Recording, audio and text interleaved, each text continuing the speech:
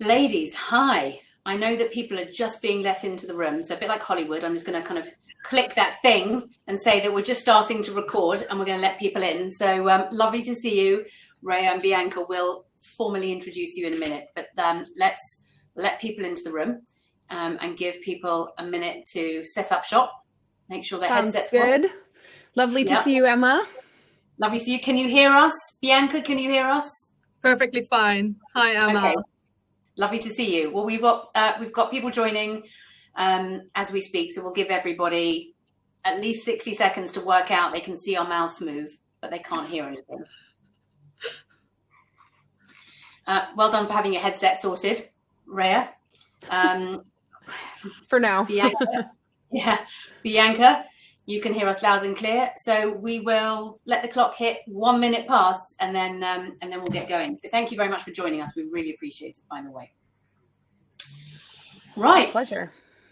I can see the counter going up with people joining, but I think if you're 1 minute late, you miss the bios, and that's only fair.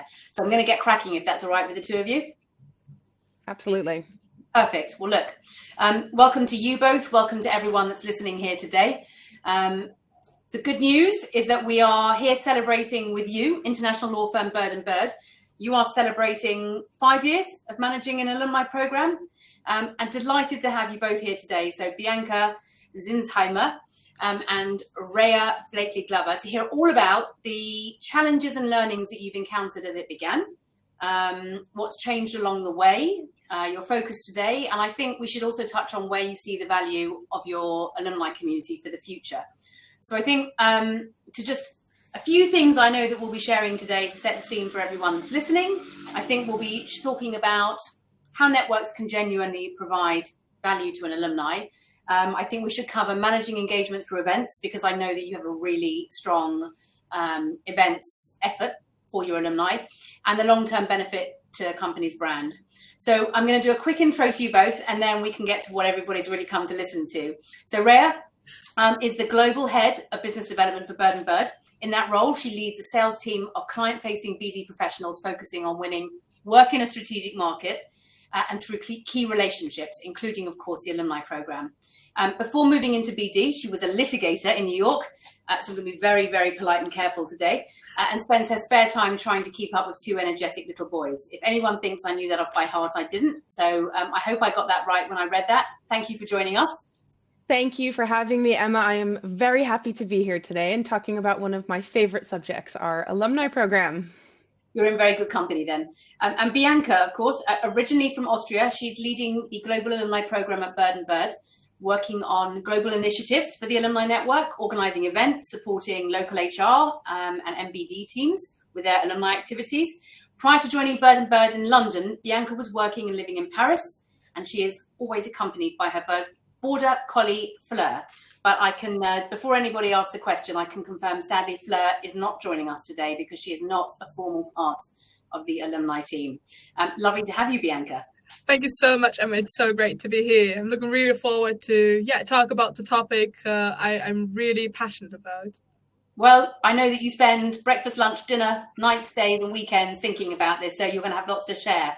So look, let's head on into the questions. And for everybody listening, the format of today is we've got some Q&A and a couple of slides that you've kindly prepared to share with everybody. And we've got lots to talk to, and we could probably talk for an hour.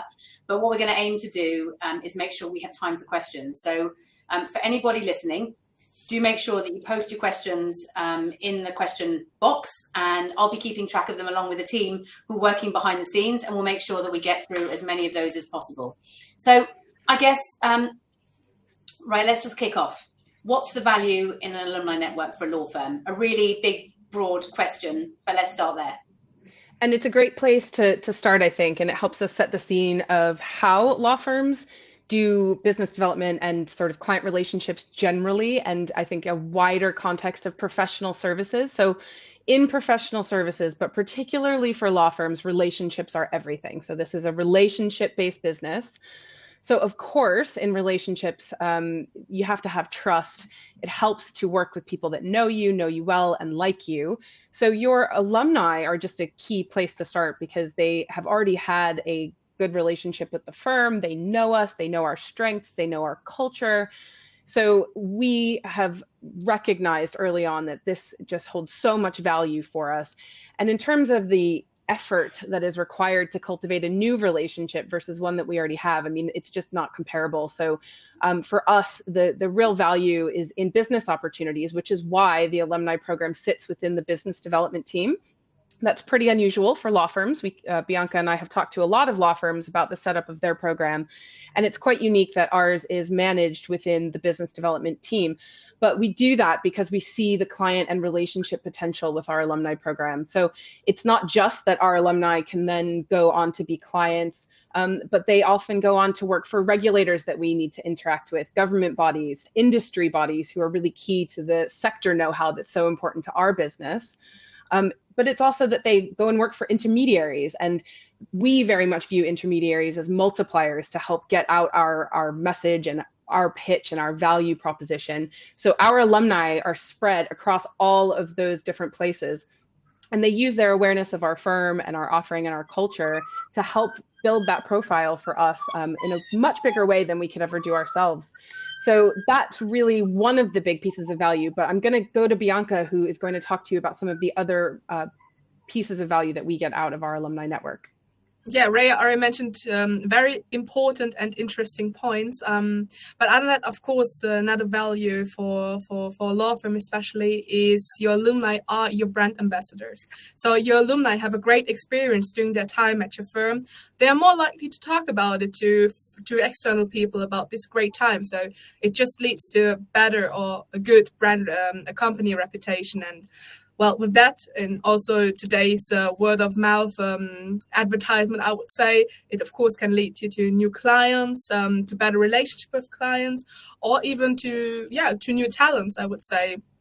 And they just continue to promote your firm and your culture. And another point, which besides, of course, building your community and an amazing network, a very interesting network, of course, is as well the market insights and the experience you get. I mean, Rhea just briefly talked about it, but let's say an alumni who's working for a car manufacturer, so in the automotive industry, he will, if you have a good relationship with him, he's able to deliver such great insights into this automotive industry, talking about legal issues, legal trends, which issues is the company facing, for example. So I think this is knowledge no one else than your alumni can really give to you, and being that honest with you if you have a good relationship with them. Yeah, I mean, I totally agree. I am ex-investment banking many, many years ago. And I think with friends, many of us make an extra effort for close friends. You know, we stick our neck out to attend an event on a night we don't want to go out, or we do a favor or a kind gesture, or we go the extra mile because we have that kind of warmth of feeling. And actually, that's what I think an alumni network really does. I know for the places I used to work, I would drive myself a little bit mad for them, because I'm still close to people that I used to work with, and I'm grateful for that. I mean, I left 15 years ago, something like that. So it makes total sense. And I guess, look, you've got a fairly formal and programmatic alumni network and alumni program running now, because you take this very seriously, and you've got a lot of people in your network. So what was the point that Bird & Bird decided, right, we really must have a program beyond what I think lots of people do, which is there'll be a partner here or a person here that stays in touch with a few people in a little Facebook group? How did this become something that became part of your core remit, Rhea? So we have always placed a high value on our alumni relationships, but we are a big firm. So we have, as of today, 32 offices in 22 countries. I think I've gotten that right. So the approach to alumni was very much localized, and there might be offices where they were very well connected and others where they weren't. So about 6 or 7 years ago, we realized that we needed to have a much more centralized and cohesive global program for alumni. So as always happens in a law firm, a little bit of a consultation takes place about what that should look like. And we decided to have a global alumni program that would be managed within MBD. And it would need to have some tech to it to be able to manage that globally. And it sort of evolved at the same time that we were evolving our MBD team to have a client-facing or sales function, which for anyone on the call who's not in the legal industry, they're probably saying, so what? But in the legal world, that is very novel to have client-facing salespeople within your organization. So the two programs developed alongside of each other. And have kind of dovetailed. So we've tried to really invest in the alumni program as we have been developing our sales capabilities. Oh, the good news is someone's just got a phone call, but they're not going to take it. So thank you for that. And I guess an evolution of that, which is how did the program actually start? You know, what were the roles, the senior advocates? One of the things that I hear a lot or have done over the last decade is that point you made about, well, law firms don't often have this, or law firms don't often do that. And I think getting senior buy-in is really crucial and often a challenge for people that know the value of this, as in why should we make this something that's properly on the agenda and board agenda. So how did it formally start, and who were the kind of leads for getting this moving? Great question. And I think we are extraordinarily lucky that our management is very supportive of these initiatives, and they absolutely understood the value of having a really cohesive global alumni program. So we've had support from our CEO, our executive committee, our board, sort of from the get-go. Since at Satin MBD, it was our CMO working with me and others in the team. And we, from the beginning, knew we needed a dedicated resource. So law firms do tend to be leanly staffed. And so we knew that sort of adding this onto someone's day job just wasn't going to give it the focus that it needed. So from the get-go, and I think that was one of the big lessons learned for us. We can talk about some of the others in a bit, but having that dedicated resource from the beginning was key. We then had to get support from heads of country. So from all of those 22 countries I talked about, to help them understand that it wasn't about taking something over or moving it out of their location or not prioritizing their local relationships, but actually giving them more support and more resource to help interact with those alumni. And then bringing on both MBD and HR in all of our jurisdictions so that we could all work together. That sounds like something of a challenge. There sounds like a lot of moving parts in it. And I know you were here at the beginning, and Bianca's, you know, a newer kid on the block, so to speak. Was it the challenge that it sounds? Sounds like juggling balls there. Again, it depends on the jurisdiction. So there were some where, and again, think, 22 countries, there are cultural differences about that sort of relationship. What's, our relationship or a firm relationship versus my relationship. Again, we're quite lucky that our firm culture is one firm, your firm. We really try to be very collaborative and think about the firm as a whole. So that helped. We were able to lean into that identity as a brand and as a company that, this is, we need to sort of share these relationships and manage them centrally. So we did get through that. Still having a couple of countries, I think, that had other things going on. So just trying to get that attention. And again, having to show them the benefits. So what's in it for them so that they would work with us on that. Once we did that, I think actually reaching out to more of our alumni. So again, trying to get them involved and engaged, because it was very scattered. So we had some who were incredibly engaged, very active, and others who may not have heard from the firm or may not have engaged with the firm since they left. So trying to kind of wrap our arms around that global alumni population. And last but certainly not least is having a really great platform to manage it all. We did work with another platform initially, so that tells you everything you need to know, because we obviously work with you guys now, but we knew we needed to have a platform. Onboarding a platform is really difficult, getting all of the different systems to work, and that was one of our biggest challenges, and also another huge lesson learned about what we needed from that. And obviously, we'll talk a little bit about how we have worked together to develop that platform going forward. Yeah, and as you say, different countries, different cultures, different people thinking about this. Some people are more focused on tech, some less. Some think tech complicates things, and no doubt lots to learn there. So one more question for you, Maria, if I may, and then maybe one for Bianca. So what did Bird & Bird learn very early on that you might want to share with other firms just starting a program? Because having a quick look at who is on right now and who signed up for the recording, and there are lots of firms and companies in general across all sectors, but also a lot of law firms that I think have just, this has been one of those things where, again, it's sort of accidental or incidental. What are some of the things that you can share with people listening about getting started? Sure. So a couple of lessons, and I think being from lawyers from a law firm, we have to start with know your regulatory environment. So obviously we have to deal with privacy issues, but keep in mind that we're having to explain this to lawyers and bring lawyers in as contacts. So you have to have your story straight when it comes to that. And you have to be very clear that the collection and storage of data is all, fine in terms of the regulatory in all of the countries, in all of the countries that you operate, and having all of that agreed beforehand was super important. Having a clear objective. What are we trying to get out of this? Being clear about that as a team internally before we started to reach out to our alumni. I think that was very important. Making sure that we had a cohesive brand and a sort of value proposition to go out to our alumni with, and we're going to talk a little bit more about that later. I've already mentioned the dedicated resource, which was absolutely huge for us, and we could sort of trace that, how important that really was when we had gaps in coverage just by natural attrition before we brought Bianca on, and just seeing how difficult that was to manage, and seeing the absolute sort of reinvigoration that Bianca has brought by being able to really, really focus on this and being the champion for alumni in our firm. And I think the last thing is you need a platform because you need analytics. You need data to feed back to the business about why you're doing this, about engagement. And I guess you could do that yourself, but it would take a lot of work, and it's really hard to do. And again, you're looking in different countries. So having a platform with great analytics that make it really easy for you to report back to the stakeholders that have supported this is essential. Thank you. I mean, look, we're all looking to spend our time wisely. And I think in life, there's a few things that we need from the tools we use. One of them is we want to remove as many manual tasks or things we don't need to do, in the same way that we now send an email, not a pigeon. But also it becomes about, competitive advantage, data and analytics, but actually it's not all that. It's actually really understanding what people are interested in. So it's not just it's not a take, it's a give and take, because unless you know what people are interested in or who they are or where they are, or quite frankly, up-to-date contact details, how can you engage? So Bianca, maybe I'd love to pull you in on this part. You've got dedicated software.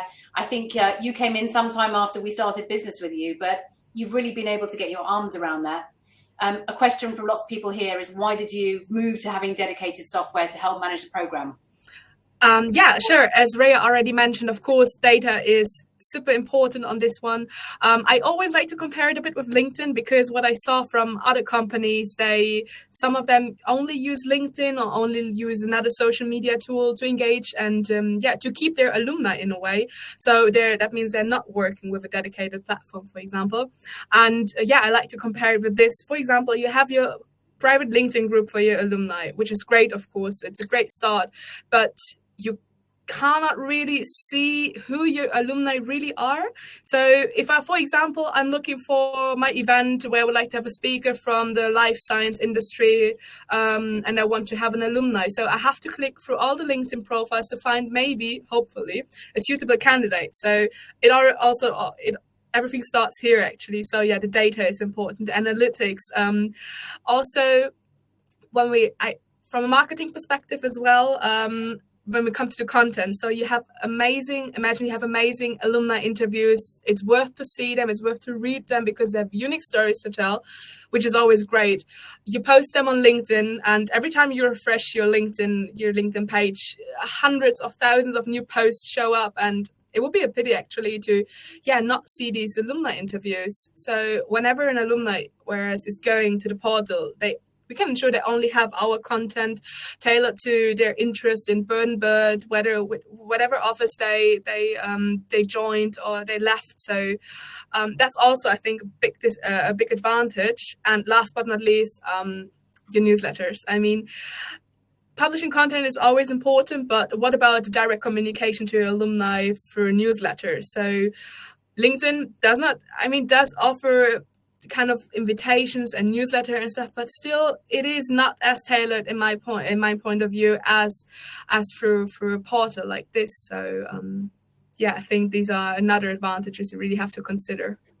Yeah, thank you. And I mean, look, you know that LinkedIn are a customer of ours. And as Reid Hoffman himself said on a webinar with us a few months ago, so I'm definitely not speaking in any way inappropriately, there are places for both. In life, there are vertical solutions and there are horizontal solutions. And so it's a great start and an important place to have your brand sitting there. But if you really want to engage, know who people are, get that data and analytics. Even the LinkedIn team can't get data analytics that aren't available to you for their alumni network. So it's just that layer deeper, it sounds like, Bianca. Exactly, yeah. I think, I can already see questions piling up, which is fantastic. And so we will aim to do, I don't know, a good half an hour of chat and a good half an hour of questions if we can. Let's talk about running the network. Maybe we can start with, what does success mean for your program? And I guess for high level, and then maybe how it's measured in day to day. So Rhea, can we start with you from a sort of key KPI level? And then I've got a couple of questions for you, Bianca. Absolutely. So I think there is a feeling to it, a feeling of connection and common purpose and cohesion in the network. And you can tell, you can feel when that's happening and when things are working. I think you sort of have that cycle that I talked about earlier of recruitment, current employees, and then alumni sort of all in sync and having this great, you get referrals for your current vacancies from your alumni, you get boomerang alumni, your current employees feel really engaged with their alumni counterparts, and you can kind of see that working across the system. You can feel that when the communication flow, the alumni know what's going on, and you have an easy way to contact them. I think, again, Bianca, for example, will reach out to lots of alumni to ask them to participate in things. And you can just see that when it's working, she doesn't have to work that hard because they all want to participate. And that's obviously not quantifiable, but it is a feeling that we get.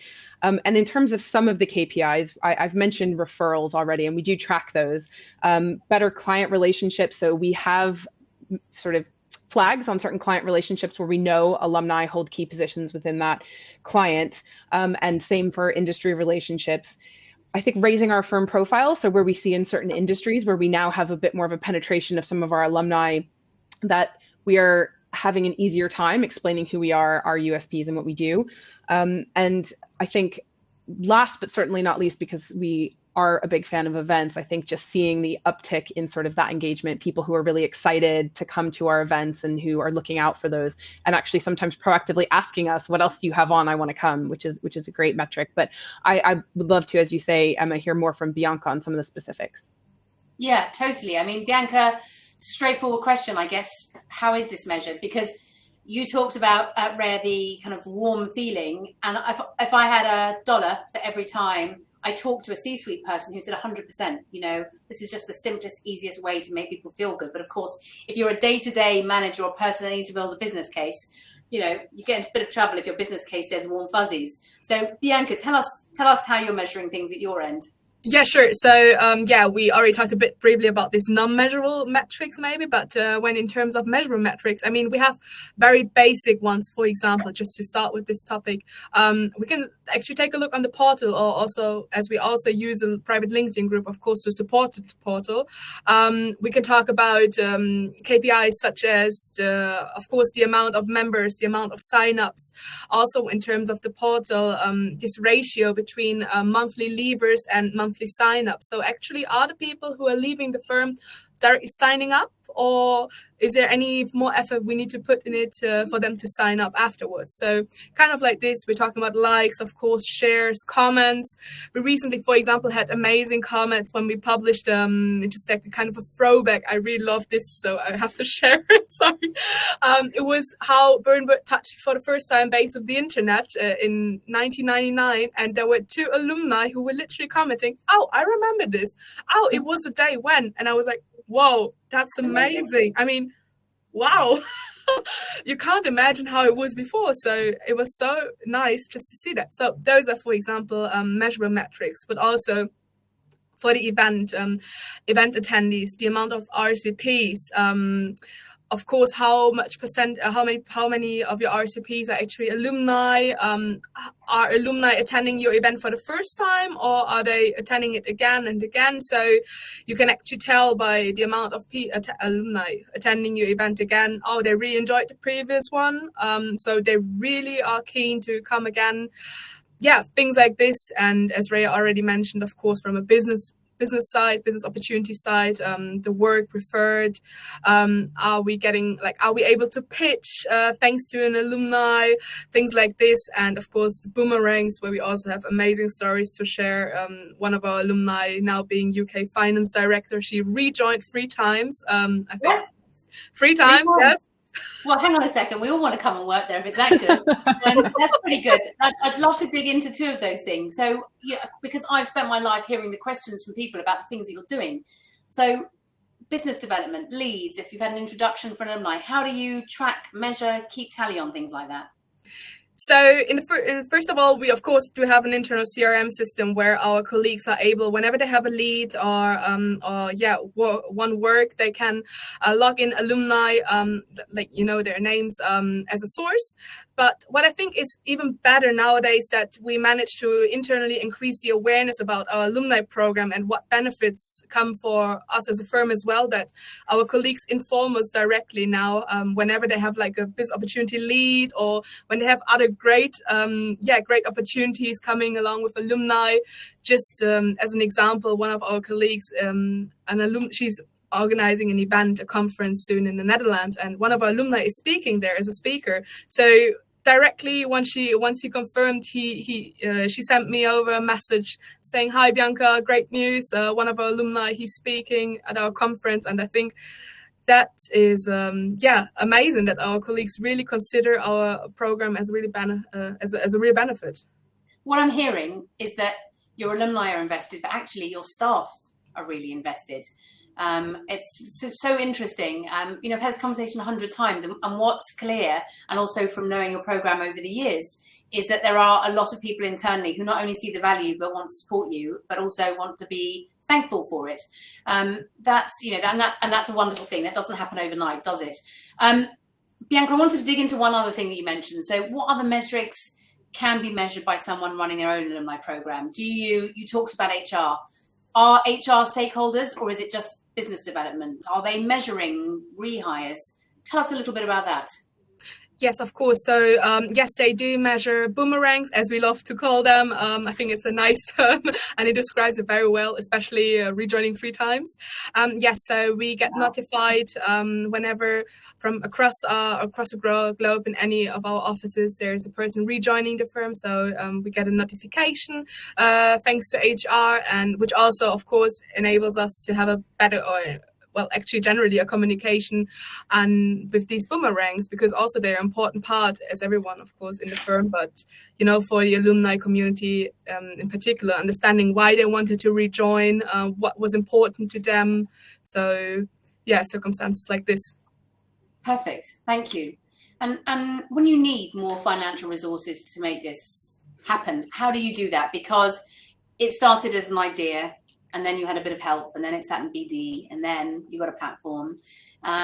How do you do that? Because no doubt that doesn't ever stop, right? You now know how useful it is. And it's not just useful and lucrative, it's actually lucrative for your alumni too. If you're a general counsel and you are in-house somewhere, you need and want people that you can easily ring and say, "Listen, can you do me a favor?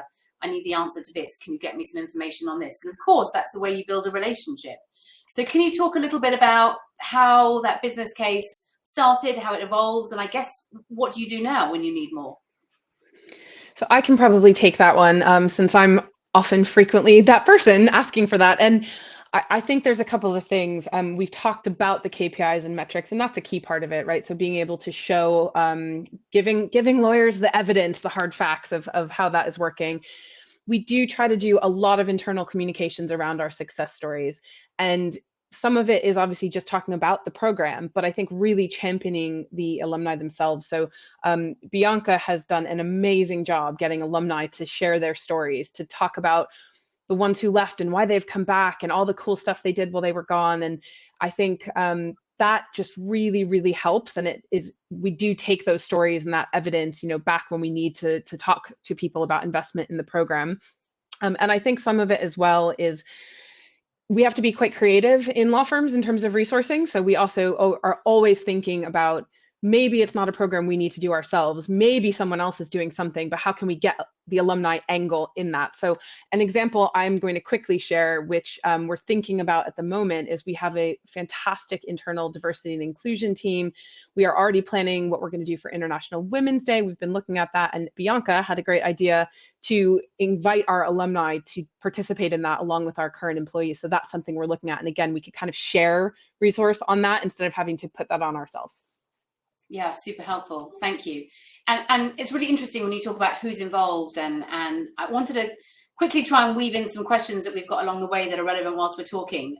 Kirsten Sutcliffe from McFarland's has asked, do you include fee earners and business services in the program, or just fee earners? And this is something that I have a real view on, so I'm going to contribute, but she'd love to hear what you do.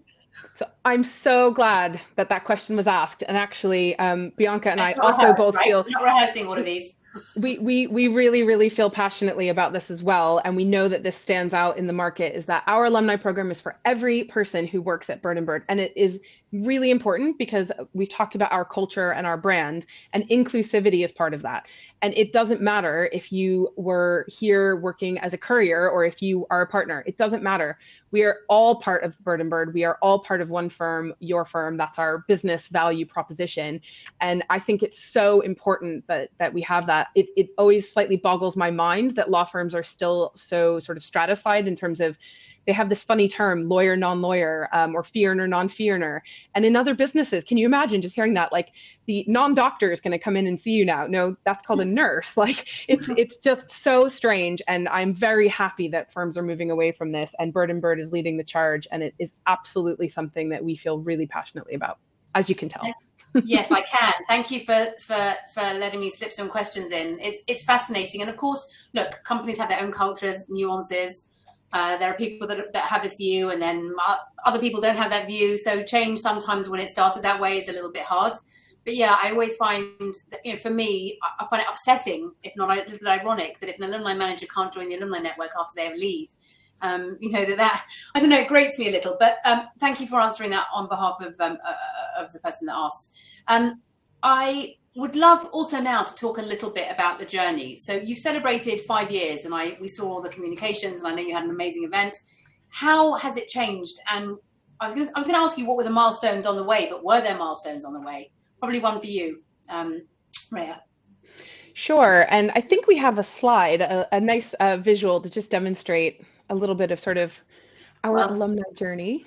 A little bit like a cooking show. The one we made earlier, and then it appears on the screen. So there we are. I absolutely love this, because you can see on the top two photos our Paris office in 2000. So our alumni party in the Paris office then.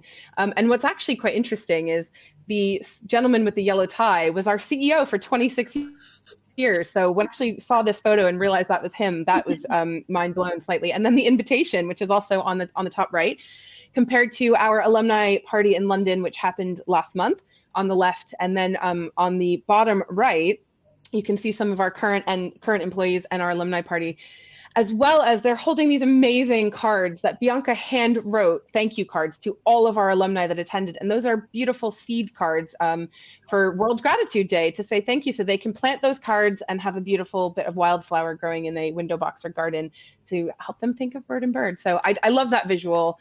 I think that's really nice. And it kind of, again, going on the warm fuzzy instead of the data. Yes, we did have milestones in terms of number of alumni joining the program, number of return hires, all of that. But I think, this is just a really nice visual of the feeling for us of, again, that cohesion, that connection that the metrics really have borne out. Well, there's metric, and the wins follow that. I'm a consumer of law services, forgetting that we service the law firm industry, and I want to do business with people. I don't need to be best friends with somebody, but I like people's values to align. I'm personally quite a relationship-driven person. I like nice gestures, love a bit of a warm fuzzy, and I think people feel when they are appreciated. And that feeling is something you can't necessarily measure, but it's something you can commentate on. And that, that is, that's the same as taking someone for lunch, right? If you just say thanks, bye, it doesn't make sense. I love that photo and that invitation. That's gold dust. My favorite, before we segue to a quick question, one of my favorite sections from alumni networks where I'm able to read the content, which is a lot, is from the archives or something from history, because it's actually really interesting to me. It's like, Oh, 25 years ago. God, that's when I started work. Were things really that different? A couple more questions. So, Rhea, why do legal professionals want to join networks? And I guess, Bianca, I'd love to hear the feedback that you get from that community. That's one I think that you can both answer. Sure. So, I mean, they join for a lot of reasons. I think access to resources. So again, we've talked about the very sort of diversity of places that our alumni end up, and they might join a big corporation with lots of resource, but they might not. And so having access to resources, whether that's for their continuing legal education credits, which is something most legal professionals have, or access to other resources. So for example, they are able to have continued access to some of our soft skills programming and some of our D&I initiatives.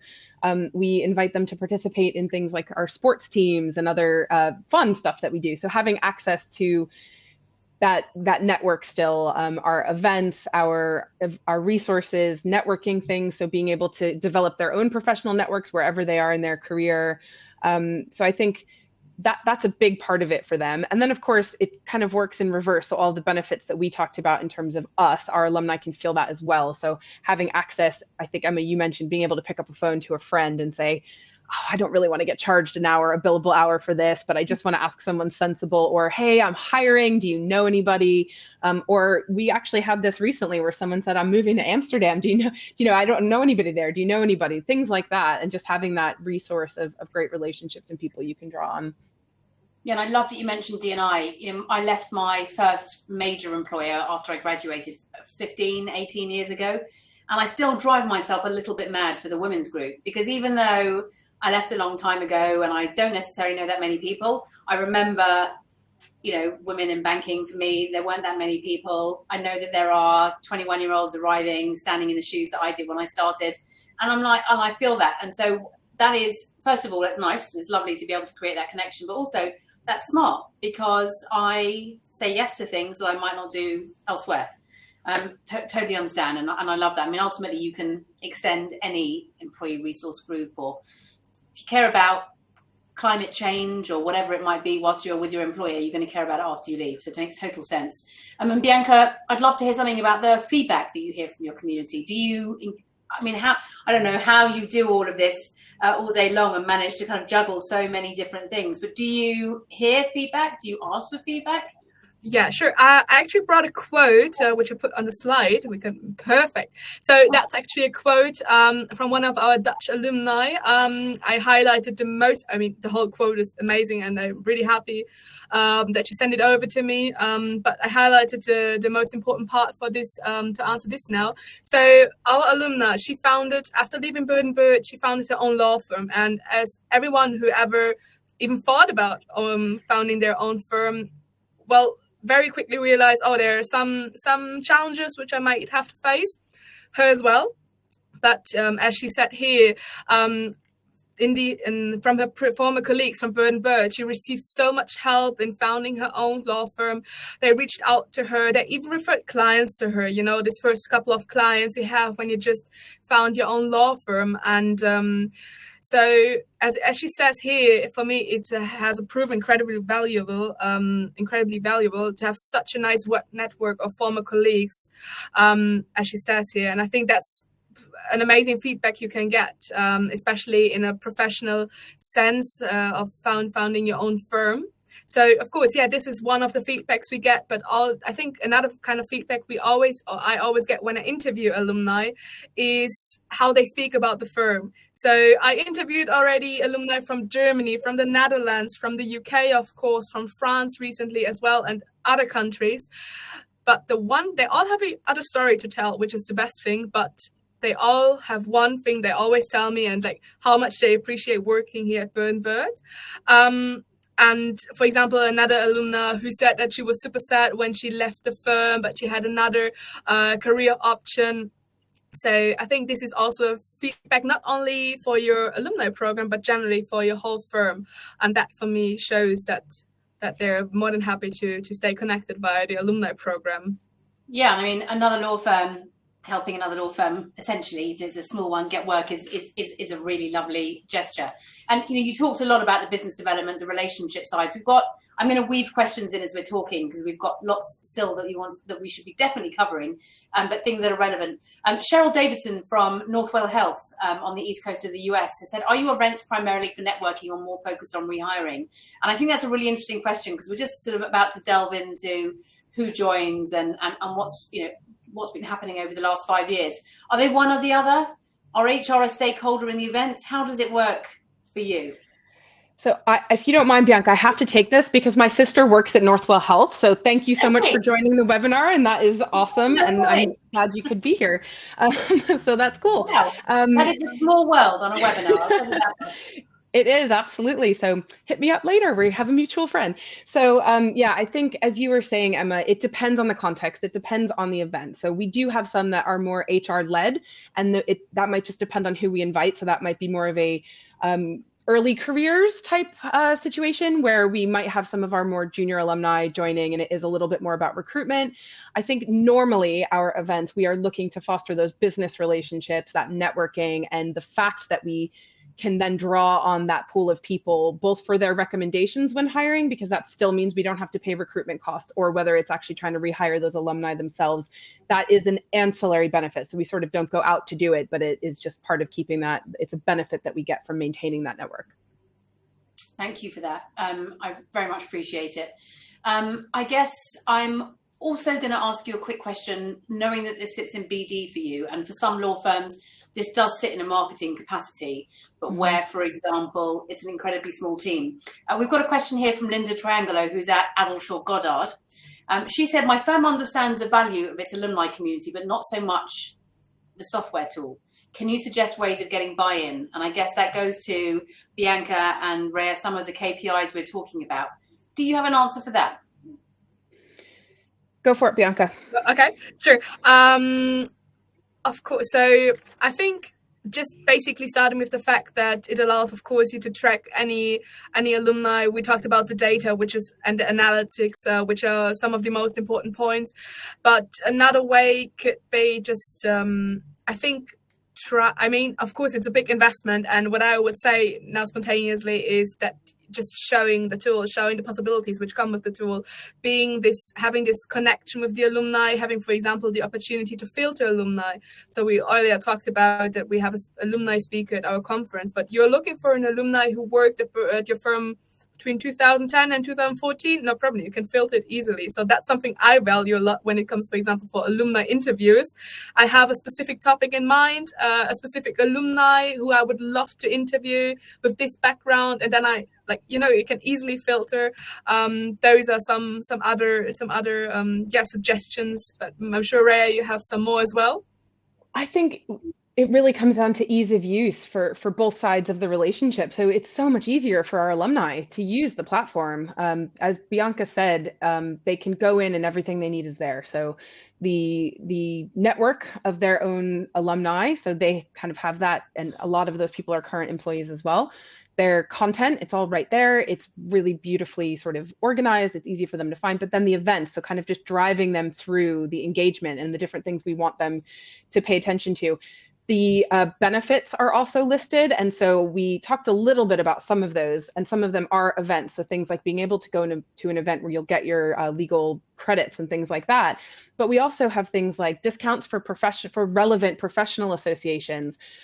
We have access to working spaces in some of our offices. So we post some of their job vacancies, not all of them, but selected ones. So again, it's easy for them to find that rather than having to go through what can be sometimes a complex network of internal stakeholders who might need to sign off on certain things. And then obviously much easier for us in terms of administering the program and just having everything in one place, and being able to put content out in really well-designed, branded in our brand templates that we have found that really, really easy to use, and that makes a world of difference. Maybe just one thing to add here, as Rhea mentioned, of course, the content, also when it comes to newsletters.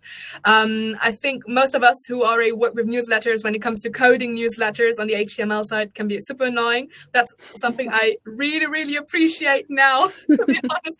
4 times a year we send out the newsletter, and I love just so easy, drag and drop tools. It allows you so many ways of design, and I love to design newsletters.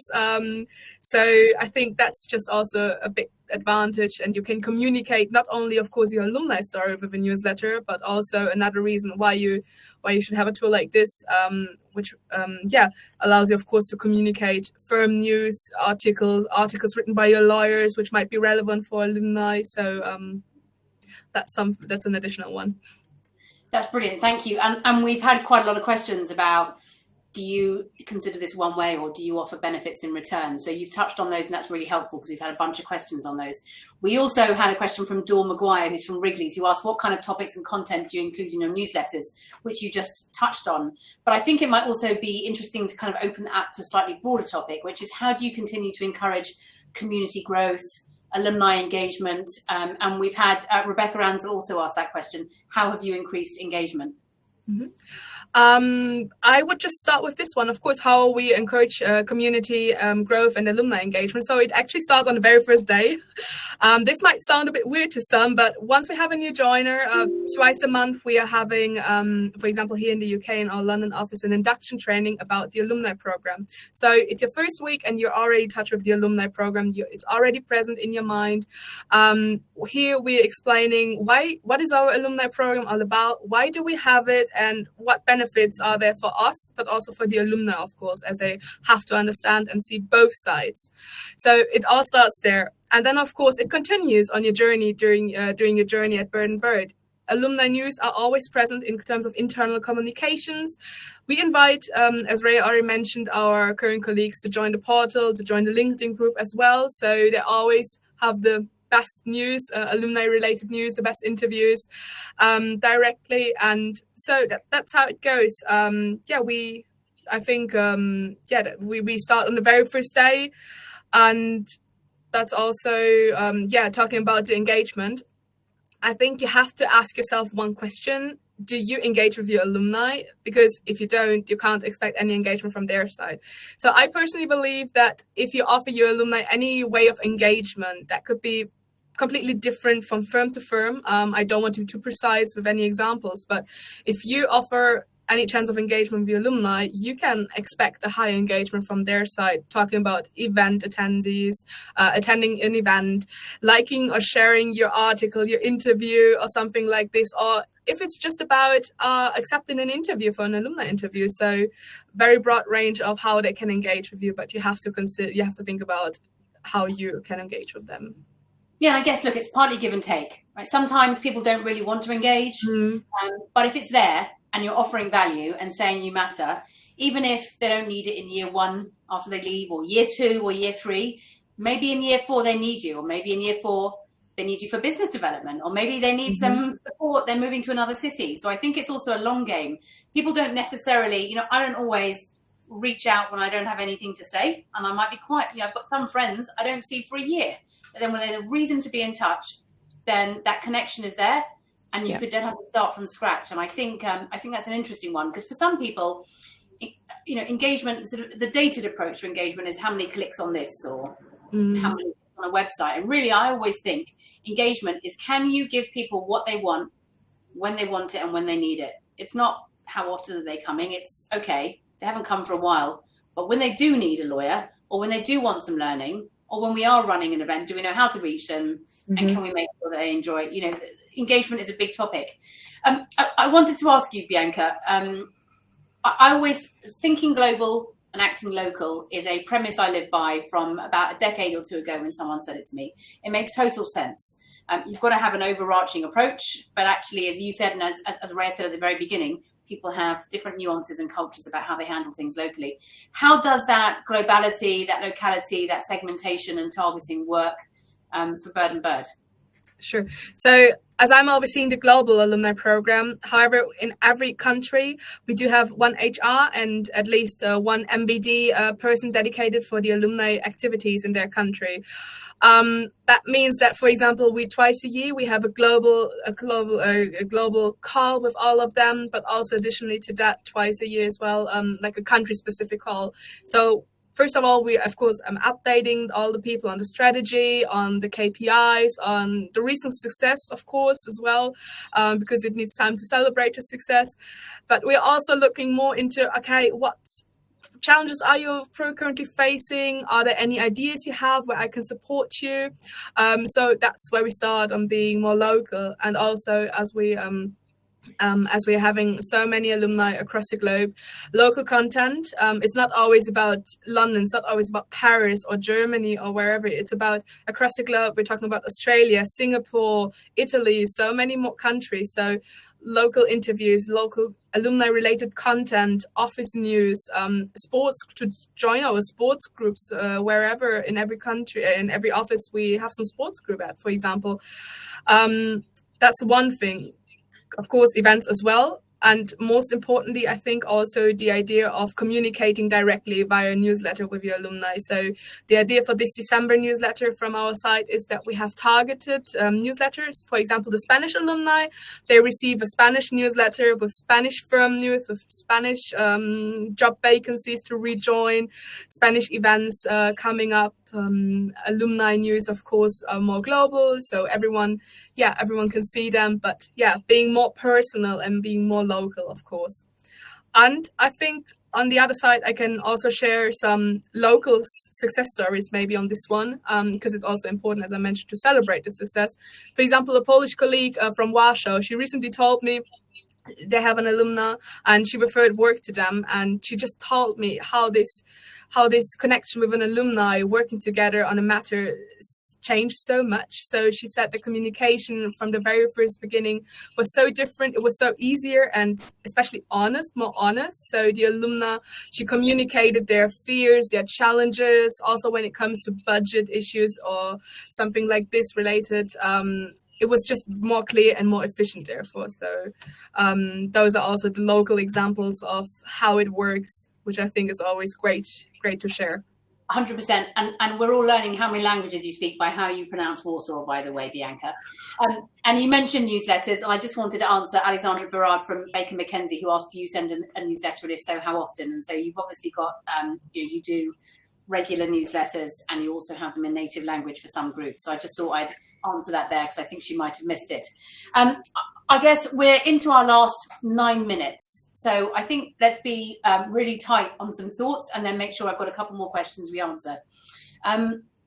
We have talked about there being a 5-year journey that you've had. Melinda Wedding from Ryan has asked, with 5 years of experience now, what do you wish you would have done differently in the early stages of building the network? And that's a really great question, because I know that Melinda has been working on alumni for some time. It's become programmatic over the last few months, and she's got a lot more internal support. So basically, what can you tell her to keep her eye on to save her some time and effort? I can start off, and I think obviously getting the platform right from the get-go would have saved us a lot of time and heartache and work. Yes, I think as part of that, there were some, data protection issues and things around that but I also think timing wise, about 5 years ago, everyone was going through that with these types of programs. So I think we've all come a long way when it comes to that stuff. I think I have said a lot about having the dedicated resource, but I think trying to do this without that would be extremely challenging. And I suppose the last piece is just being clear about what the objective is. So I did mention, and you might have heard the distinction, that it originally sat in MBD and now it sits in BD. And I'm really glad what that stood for, because I was just like, hold on a second. I'm not sure. Right. So MBD would encompass the marketing and business development function, and BD is just business development. And actually, we can even further sort of differentiate that. In our firm, it actually sits in the sales team or the client-facing business development team. And I think it should have been there from day one, because I also think it sends a really strong message to the firm about the value we place on this, and then to our alumni themselves. So briefly moving into where do we see this going, which I know we might talk about a little bit towards the end, but I think the vision for this is always that Bianca's role is a client-facing role. She has a lot of interface with our alumni, but it's just to continue to develop that. So everyone in our team is client-facing, and being able to really be that champion for all things alumni internally, but also be their main external point of contact. So to have her own stable of relationships with our alumni that the firm can draw on for all of the different benefits and reasons that we've been talking about. And do you think, can I just ask, do you think that that's why maybe you have a really healthy level of interest across the business, incredibly supportive people internally and partners? Because we've got, so Daria Polenska, who's at Swarovski, has asked, how do you convince budget owners to invest more in alumni events or inviting them to company events? And I know that Daria sits in the people functionality. And I guess people functionality typically is not a department who recognize that they need to be super customer facing, super external facing, because they have different goals and objectives. Do you have a quick snippet of advice for Daria on that? And then we're in our last 5 minutes, so we're going to cram in the last few questions about what next. I think we've covered a lot of it. I mean, sharing those success stories they're compelling. You've heard some of them from Bianca today, and even without knowing the people and without being able to say the clients, they're compelling. So being able to put together those stories and really celebrate them. And I do think having buy-in, even if it's not that BD's running it, but having BD take a role so that they are looking and mapping some of those client relationships. I mean, do you know, sitting here right now, who have sort of client relationships that have alumni involved? Do you know that? And that's really, really important. So being able to look at that and take that information back to the firm, and it might not be for your business model that it's clients, but it might be suppliers, it might be actually your suppliers, but knowing that you have those alumni in, for example, if you have alumni who are in law firms that you need to use, and being able to have that really direct hotline, as Bianca said, someone who knows you, who trusts you, who knows so much about what you're trying to accomplish already. You're just cutting out, it's so much more efficient. So I think some of that can be really interesting. You know, do you know where your alumni sit in your company's ecosystem? I think Daria needs to speak to the marketing team and the sales team and get some input from them, because they'll be able to help convince. Well, look, we've got lots of questions, but I'm going to pick sort of 3 to kind of get some quick answers from you to really conclude the journey you've taken us on. One for you, Ray, and then a couple for both of you. What role has Enterprise Alumni played in the development and management of your alumni program? We'd love to hear from you on that. So again, hopefully this was a theme and a big takeaway from today, that it's been a partnership, right? And it's massive. And the partnership is key, because we talk to you guys all the time about what our objectives are, and you guys have worked with us to tailor what the platform can do to make sure we can achieve that. So it's been an absolutely instrumental partnership, and we couldn't have done it without working with you guys. It is more than that. The fact that you guys can connect with our internal CRM has been extremely helpful. Lots of great technical support on everything from data to design. So we had a brand refresh about 2 years ago. So being able to work with you guys to make sure the templates were right and the messaging was right and everything had that same look and feel was really important and quite seamless. That friendly design, as I talked about, so ease of use for us and for our alumni has been important.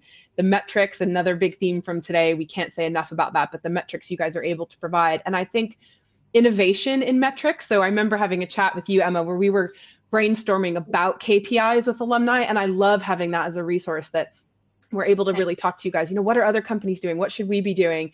And then thinking about what's next. So the world of data is and tech is just exploding. So how can we harness that to be, you know, doing more in that space? And so I think that's the last piece, is just innovation, just knowing that we, you know, there's a lot of exciting stuff happening for your company, and that we are always interested in being part of that journey, because we think it can enhance the experience for our alumni. Thank you. Yeah, and I mean, look, it's a mutually symbiotic relationship. And what I hear, aside from the lovely words and compliments and all the positivity, is that you're able to future-proof, because you don't always need everything today, but what you've got is all the tools you need, and you're constantly building information and insights for tomorrow. 2 quick questions, and they're going to have to be super quick answers. In fact, I might have to merge them. So I think, what are your plans for the future, plans for the community, and to realize potential? I guess 1 or 2 sentences from you both kind of wrap up this incredible journey that we've had over the last hour. Thanks, Emma. So I'll kick us off, and I'll leave the community piece to Bianca. And I think for us, it is more business opportunities. So really being more proactive. So at this point, it has been more reactive, getting our hands around the community and putting all this great stuff into place. So really more proactively looking at, as I was saying, in response to that question, where do our alumni sit and how do we engage with them? I think, as I've talked about, the evolution of the role in the sales team in supporting the alumni program. And then something we're quite excited about is bringing in some of our mentoring to include our alumni as well. Bianca. Yeah, sure. So I think also for the future, what we want to, what we would go for is, in any case, more talent acquisition again, talking about boomerangs, but also refers, professional refers, of course, when it comes to fill a job position here at Bird & Bird in any office. Also to mention that we also offer alumni a referral benefit. So depending on which position they refer someone to, I think also a nice benefit for the alumni itself, and also just closer alumni relationship in general, developing the portal, the content, the engagement, and just having people or our alumni talking about the program, like, oh, did you hear that Bird & Bird is having their alumni party at some point? Because that's actually what happened with our last party, that people just, they talk with each other about our program, about our events, and then they reach out to us like, oh, I heard about it. They help you do your work, right? They help you do your work because they want to, which is, ultimately they're an alumni, a community of opportunity. And I love the referral bonus because it's a win-win. And I just think if you thank people when they help you, there's something good that always comes from that. Ladies, we could go on forever. And I know there's lots of people joining us today and lots of people that are going to download this afterwards. Thank you so much for your time. And I think I probably speak on behalf of all the people that have joined and listened in saying that. A quick reminder for those listening, and I know that we're on the hour, so people will have to start to go to next calls and pieces of work, but we've got Activision Blizzard, the gaming company, who will be joining us same time, same place on November the 9th on Alumni Power-Ups and Tactical Insights, talking about maximizing engagement from launch and beyond, identifying and engaging with potential boomerangs, and elevating your brand message via your alumni platform. Quite an HR and people-driven topic. So thank you very much. Thank you to everyone who contributed. All of the questions. We have got 23 that we haven't managed to get through, which I think might be a record. So for anybody that has more questions, feel free to send them through to us. The quick, easy, secret email for me is EA Enterprise Alumni. I know everybody here must be in touch with people or know how to reach us, but feel free to reach out. And if it's something relevant to Bird & Bird, I'm sure we can connect you. And if not, we've got lots of people here that can help you get to the bottom of it. So thank you very much for your time, Bianca and Rhea. Thank you, Emma. Thank you everyone for listening.